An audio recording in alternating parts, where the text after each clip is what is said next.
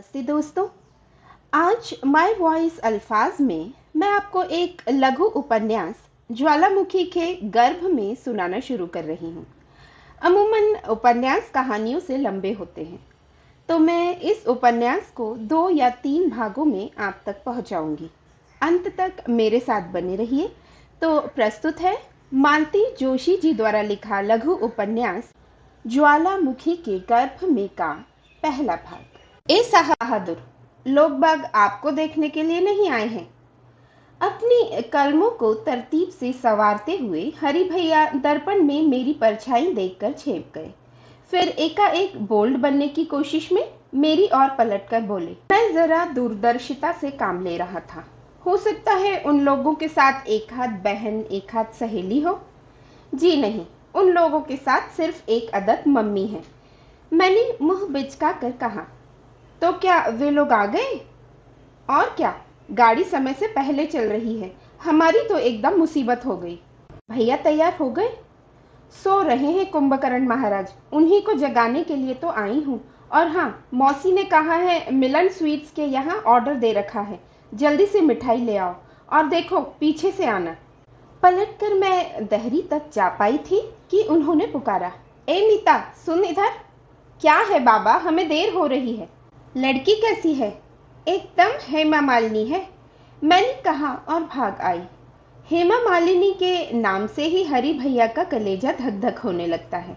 बड़े भैया आराम से सो रहे थे, 4 खाने की लुंगी और बनियान पहने। सुबह ही नाइट पुलमन से पहुंचे थे, शेक भी नहीं बनाया था। खाना खाकर जो सोए थे, तो अब तक अभी जो लड़की वाले आकर देख जाए तो दोबारा इस घर का रुख न करें। माँ और मौसी भी खूब हैं, कम से कम सुबह इन्हें संकेत तो दे देती।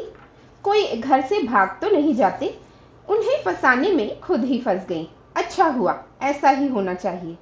भैया उठिए, माँ बुला रही हैं, मैंने उन्हें झकझोरते हुए कहा। उन्होंने तुरंत ही आंखें खोल दी। डॉक्टरी पढ़ने का यह एक अच्छा लाभ है। हरि भैया की तरह घंटों प्रभाती नहीं गानी पड़ती। क्या है, क्यों परेशान कर रही है? उन्होंने अलसाए स्वर में पूछा।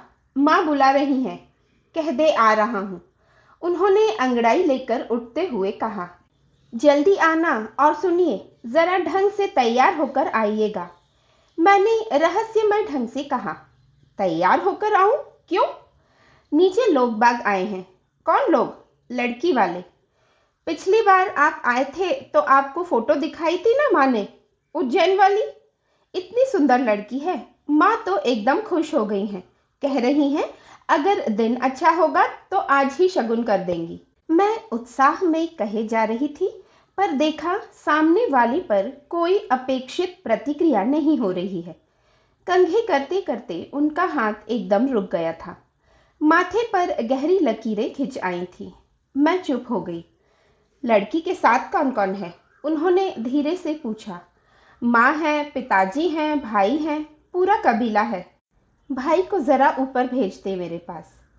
मैं असमंजस में वहीं खड़ी रही तो खींच कर बोले, सुनाई नहीं दिया क्या? जी अच्छा, मैंने मुंह फुलाकर कहा और जीना उतरने लगी। सारा उत्साह फीका पड़ गया था। हॉल में खनकती हुई हंसी के साथ संभाषण पूरे यौवन पर था। मौसी 1-2 बार उज्जैन हो आई थी। लड़की के भाई पिता भी घर देखने और माँ से मिलने के बहाने 1-2 बार आ चुके थे, इसीलिए अपरिचय की कोई दीवार बीच में नहीं थी। एकदम सबके बीच में जाकर खड़ी हो गई। लड़की के भाई की तरफ मुखातिब होकर बच्चों की तरह ठुनकती आवाज में कहा, आपको भैया बुला रहे हैं, ऊपर कमरे में। क्षण भर को बातचीत जैसे जम गई। वे पिता की मौन सम्मति पाकर उठे और मैं गाइड की तरह साथ हो ली। ऊपर जाकर देखा, भैया पतलून और कमीज पहन चुके हैं। मुंह पर पानी के छींटे देकर नींद भगाने का भी प्रयास किया गया है। बिखरे बाल भी अब तरतीब से संवारे हुए लग रहे थे। उन्होंने अपना परिचय देते हुए गर्मजोशी से हाथ मिलाया। भैया ज्यादा उत्साहित नहीं लगे। शायद सफर की थकान और नींद का बोझिलपन अब भी उन्हें छोड़ने को तैयार नहीं था। तू जा मीता, मैं मिस्टर पाठक को नीचे ले आऊंगा, भैया ने कहा। यह आदेश था। नरम स्वर में कहे जाने के बावजूद मैं उसे टाल नहीं सकी। मिस्टर पाठक ज्यादा देर ऊपर नहीं रुके। हॉल में लौटे तो उनका चेहरा भारी था। सबकी आंखें उन पर टिक गईं। क्या बात है ललित? पिता ने व्यग्रता से पूछा। पाठक ने एक बार अपनी और एक बार मेरी माँ की ओर देखा, फिर सख्ती से होंठ भींचते हुए बोले, डॉक्टर मनीष चाहते हैं कि उनकी माँ के सामने यह रहस्य ना खोला जाए, मगर मेरी बला से। पापा, इन महाशय का कहना है कि इनकी सगाई हो चुकी है। इतने कंठों ने एक साथ प्रश्न किया। मनीष! माँ किस बुरी तरह से चीखी। क्या है माँ? भैया ने कमरे से आते हुए शांत स्वर में पूछा। ये ललित भाई क्या कह रहे हैं? ठीक कह रहे हैं। किस लड़की से शादी कर रहा है तू? यह सब चर्चा बाद में भी हो सकती है माँ, भैया ने उसी शांत स्वर में कहा और फिर मेहमानों से माफी मांगते हुए कहा, मुझे बहुत बहुत अफसोस है। इन लोगों ने अगर जरा भी संकेत दिया होता तो शायद। ओह, जरा इन्हें संभालिए। कहते हुए वयोवृद्ध मेहमान एकदम उठ खड़े हुए थे। हम सब ने चकित होकर देखा। माँ बेहोश होकर कुर्सी पर ही लुढ़क गई थी। मैं तो चीख कर उनसे लिपट जाने को हुई, पर भैया ने सख्ती से मुझे दूर खड़ा कर दिया। उस समय उनका चेहरा ऐसा लग रहा था जैसे पत्थर में तराशा गया हो।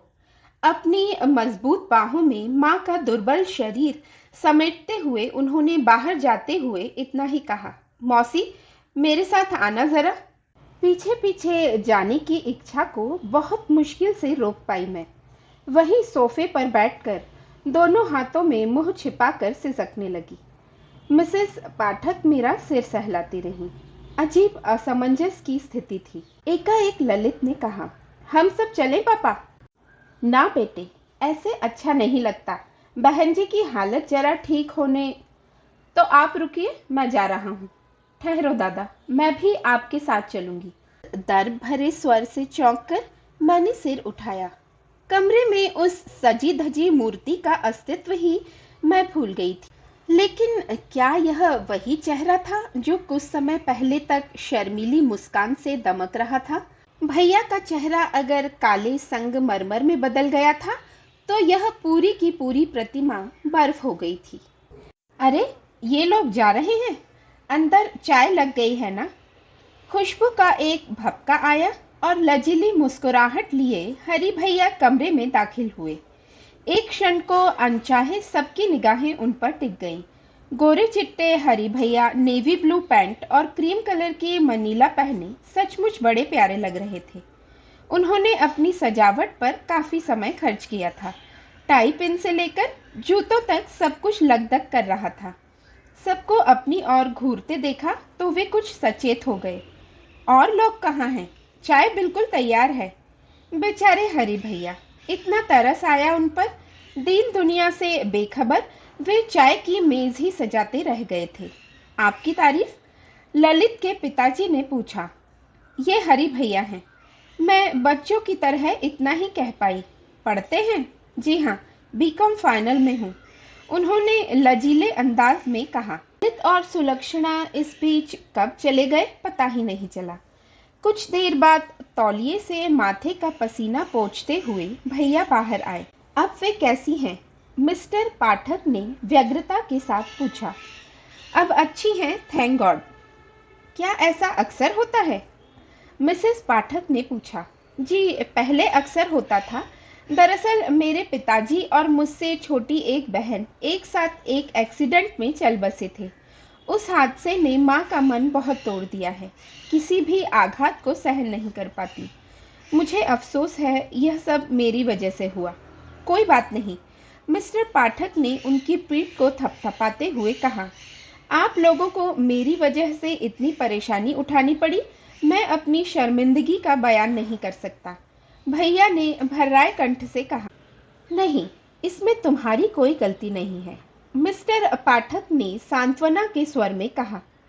मुझे वे पति पत्नी सज्जनता की प्रतिमूर्ति लगे। आत्मग्लानि से उबरकर अब भैया ने सिर ऊपर उठाया। अरे हरी, तुम कहाँ थे अभी तक? जज साहब, यह मेरा छोटा भाई हरीश है। हाँ, अभी नमिता जी ने परिचय कराया था। भैया चाय यही मंगवाई जाए या? हरि भैया कहते कहते रुक गए। प्रसंग का गांभीर्य अब भी उनकी समझ में नहीं आया था और सबके सामने उन्हें समझाया भी नहीं जा सकता था, पर शायद वातावरण के तनाव को वे कुछ कुछ अनुभव कर रहे थे। एक एक कप चाय भी हम आपको न पिला सके तो हमें बहुत दुख होगा। मुझे उम्मीद है आप ना नहीं करेंगे। भैया इतने विनम्र हो सकते हैं, यह मेरी कल्पना से भी परे था। शायद वे अब भी अपने आप को क्षमा नहीं कर पा रहे थे। उनके अनुरोध को पाठक दंपत्ति टाल नहीं सके। मेज दुल्हन की तरह सजी हुई थी। सबने निशब्द चाय के घूंट भरे और उठ खड़े हुए। भैया, मैं और हरि भैया गाड़ी तक उन लोगों को छोड़ने गए। उसी माँ की शुश्रूषा का बहाना लिए कमरे में ही बैठी रही। गहमा गहमी में बीता हुआ दिन शाम को यूं ही चुपचाप उदास होकर लौट गया था। माँ, मुझे कुछ कहना है। माँ के तलुओं में घी की मालिश करते हुए मैंने सिर उठाकर देखा। भैया छाती पर दोनों हाथ बांधे विवेकानंद की मुद्रा में खड़े थे।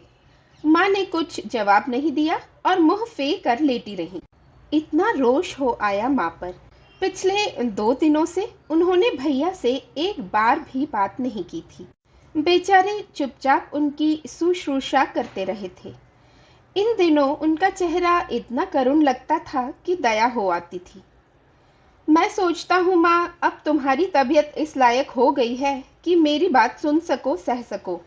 वैसे भी मेरे पास अब समय नहीं है। सुबह की बस से मुझे चले जाना है, भैया ने कहा और दरवाजा बंद करके कुर्सी पर बैठ गए। कुछ क्षण तक वे कलाई घड़ी को गोल घुमाते रहे, शायद अपनी बात ठीक से कह पाने का साहस संजो रहे थे, पर माँ ने उन्हें मौका ही नहीं दिया। बोली, मीता, दरवाजा खोल दे, मेरा दम घुट रहा है।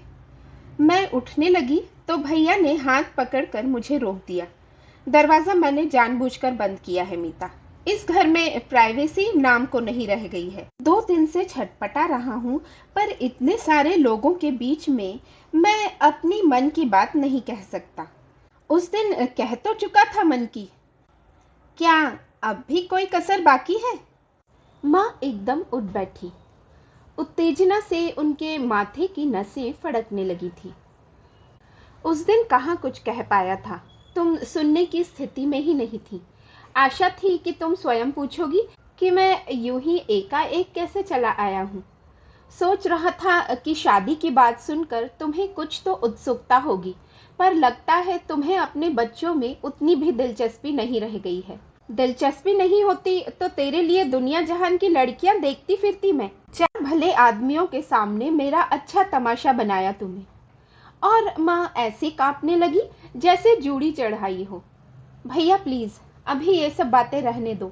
माँ की हालत देख रहे हो ना? देख रहा हूँ और बरसों से देख रहा हूँ। अपनी बड़ी से बड़ी समस्या को मझधार में छोड़कर पहले दौड़कर इन्हीं को देखना पड़ा है, इन्हीं को संभालना पड़ा है। सारी जिंदगी यही करता आ रहा हूँ, तभी तो 25 साल की उम्र में एकदम बूढ़ा गया हूँ। माँ का हिलता हुआ शरीर एकदम काठ की तरह स्थिर व निस्पंद हो गया था। वे फटी फटी आंखों से भैया को देखने लगी थी, पर वे एक क्षण को भी वहां नहीं रुके।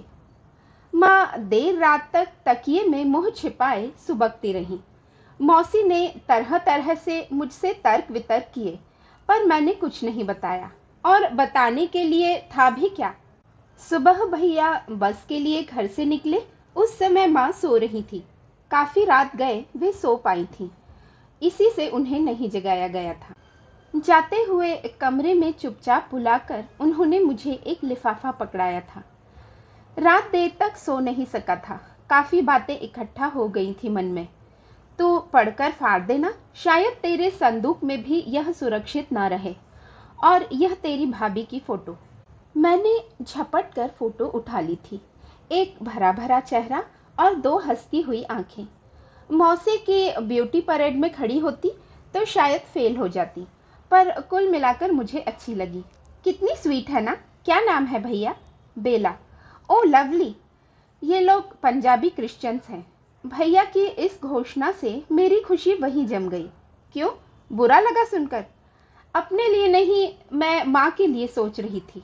मुझे मालूम था माँ नाराज होंगी।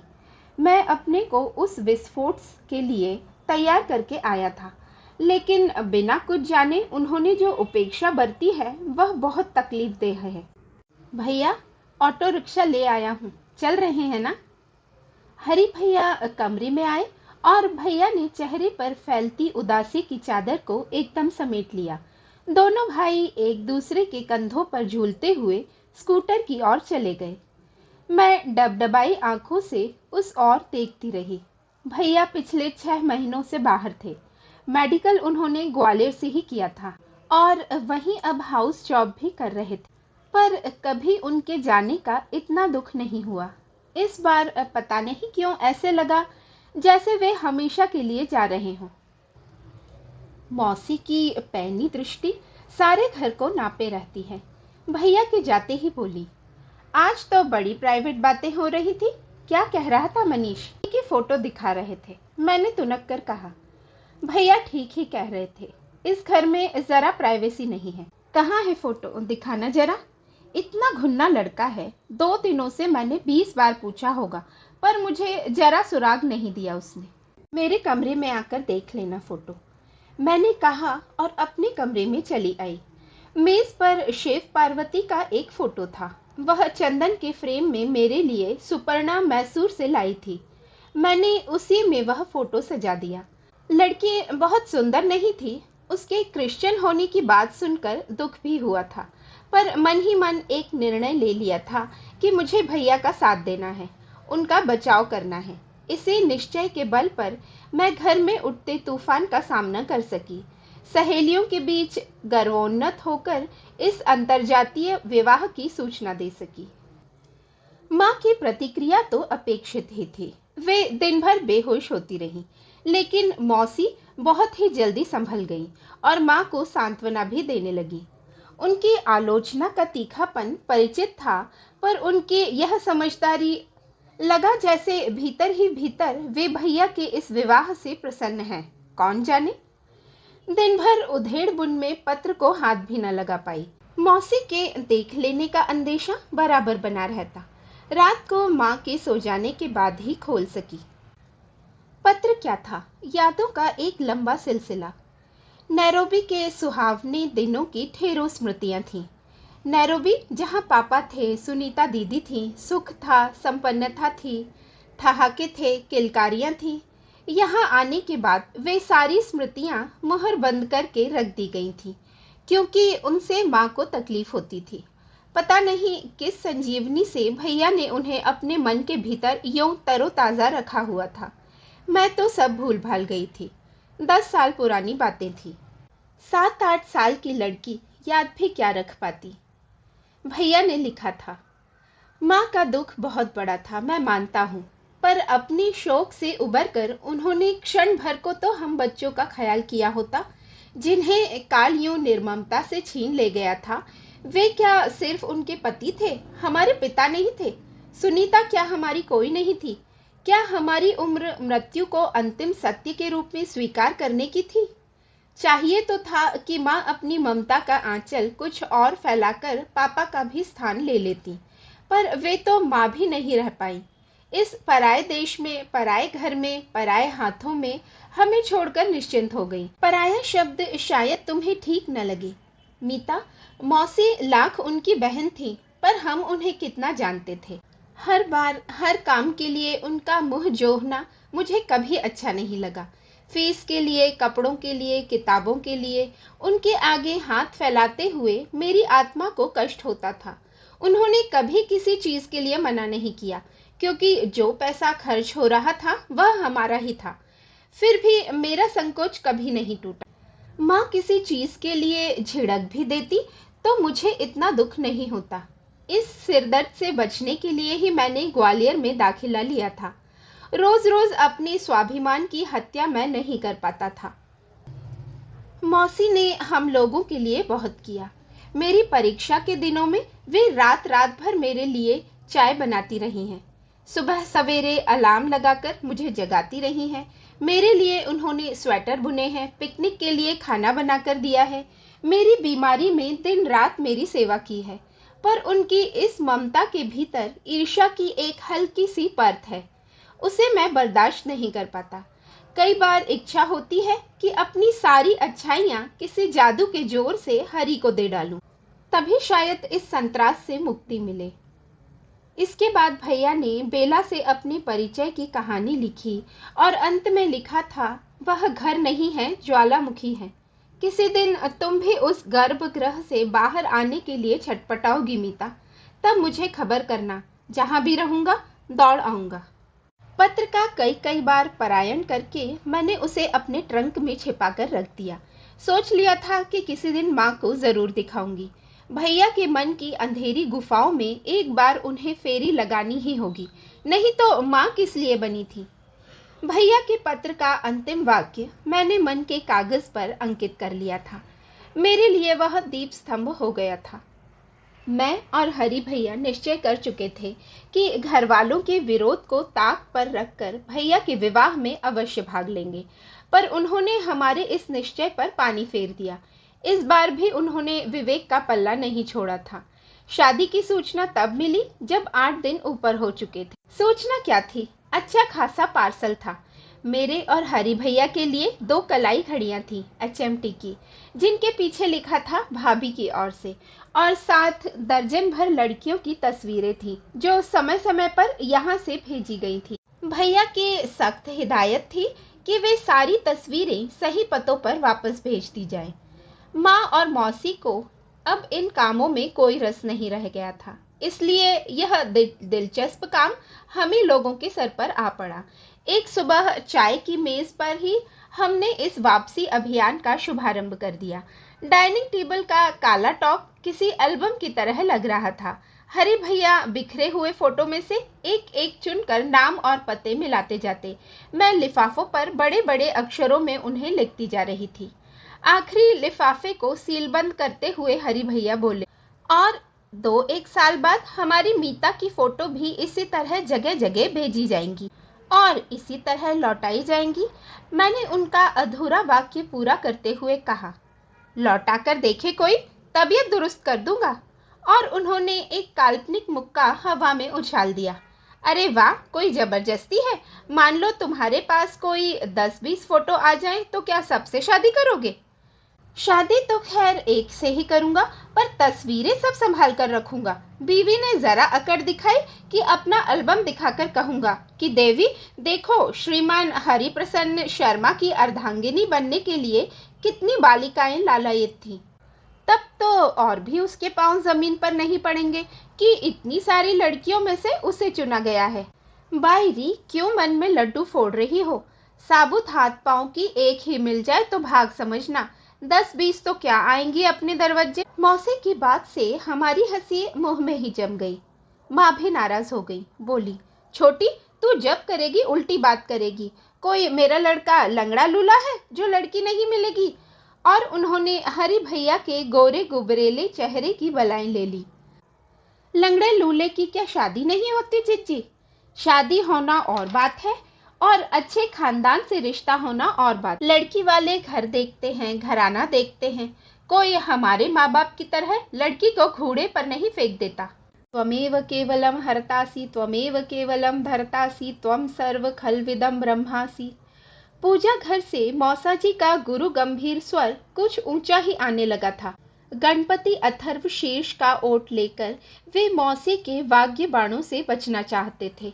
उनकी यह जानी पहचानी आदत थी, पर कितना बच पाते थे वे ही जाने। टेबल पर सारा सामान यूं ही बिखरा छोड़कर हरि भैया उठकर चल दिए थे। माँ कह रही थी, पैसे से ही क्या सब सुख मिल जाते हैं? छोटी, मुझे देख, कितना दुख छाती में छुपाए बैठी हूँ। पति तो भाग्य ने छीन ही लिया, बेटे को पता नहीं कौन कहाँ की लड़की मोह ले गई। अब इस घर को, घराने को ओढ़ूं कि बिछाऊं? तेरे साथ तो तेरा सब कुछ है, उनकी बदौलत तो सिर उठाकर तो चल सकती है। फिर क्यों उस देवता आदमी की आत्मा जलाती है? मेरी आत्मा जलेगी तो मुंह पर बात आएगी ही। राजकुमार सा मेरा लड़का किसी लायक नहीं बन सका। लोग बाग ठाकुर जी के आगे घंटी भर बजाना जानते हैं। खीज इतनी ऊब हो आई मुझे। पता नहीं इन दोनों बहनों को अपने दुखों से इतना लगाव क्यों है। खुद भी रोएंगी, साथ वाले की जिंदगी भी जहर करके रख देंगी। पूजा घर से अब विष्णु सहस्त्र नाम सुनाई दे रहा था। हरी भैया चलिए घर घर की कहानी देखाएं। वीणा कह रही थी खूब अच्छी पिक्चर है। मैंने आंधी की तरह उनके कमरे में प्रवेश करते हुए कहा। अपने घर की कहानी से तो क्या अच्छी होगी। वे पुस्तक में आंखें गड़ाए ही विषण स्वर में बोले।